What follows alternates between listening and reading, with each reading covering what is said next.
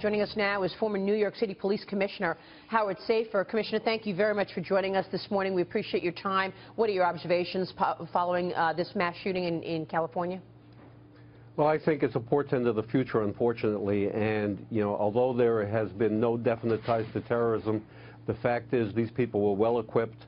They had a plan. Whether or not they had intended to attack yesterday, or whether the linchpin was the dispute at the meeting, the fact is these were Middle Eastern people with long weapons, with GoPro cameras, with ballistic vests. I believe that we will see that there is some tie to terrorism. We've been talking about that all morning, and I couldn't agree more, Commissioner. I mean, if it looks like terrorism, if it smells like terrorism, it's probably terrorism. What are the steps do you think law enforcement are taking now to further understand what the motive here was? Well, I think they're interviewing everybody who was on scene at the dispute. I think they're going to look at every associate. They're going to look at the travel patterns of these individuals. I understand Farouk may have been in Saudi Arabia earlier this year. They're going to check with all of their sources and get a picture of who this person was, who he was associated with, and get some sense of what kind of connections he may or may have not have had to terrorist organizations. But I think, the fact is what we're seeing here is unfortunately what we may see in the future. And what we really have to do is we have to begin to harden soft targets. We have to make places of public assembly much more difficult for terrorists to attack. So soft targets, explain soft targets to us. We've been talking this morning of the fact that they had these GoPro cameras on and they were all suited up, and that tells us that they wanted to do something with that video. Why would they want to roll on this and record what they were doing? Obviously they wanted to be able to show the world what they were doing, and that also led us to believe that it was terrorism. But when you say soft targets, what does that mean? Well, I'm talking about places like office buildings which have, no security guards, no magnetometers, no x-ray machines, malls.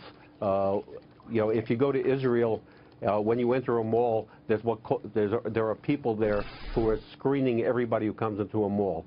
It sounds intrusive, it sounds terrible, but the fact is we live in a very different world now. And in Israel, they've been very successful at preventing attacks on places of public assembly.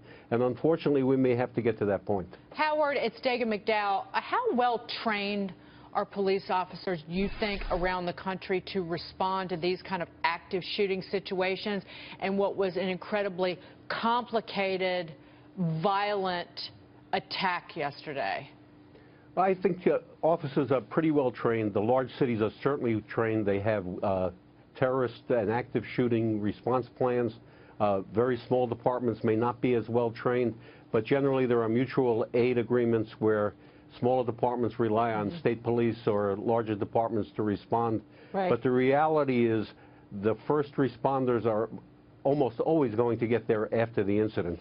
Right. So what we have to do is we have to harden targets so that terrorists say, I don't want to go there because there's a great chance that I'm not going to be successful. We are with Steve Rogers today. He is the former FBI National Joint Terrorism Task Force member. Commissioner, Steve, your thoughts? Yeah, first of all, Commissioner, great job when you were a New York City Commissioner. Congratulations. I have a question for you. He kept the city safe. Yeah, you sure did. I have a question for you. I've always believed community policing was a great intelligence gathering tool because the cops knew everyone in the neighborhood. How do you feel about that? I think community policing is a great thing. But, these people are going to be under the radar a lot.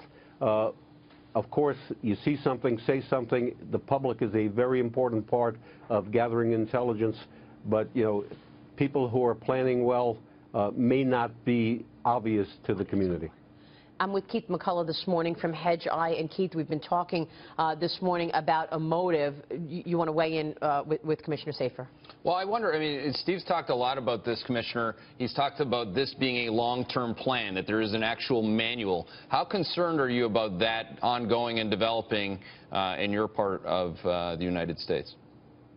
Well, I think the reality is that, we have embedded self-radicalized people.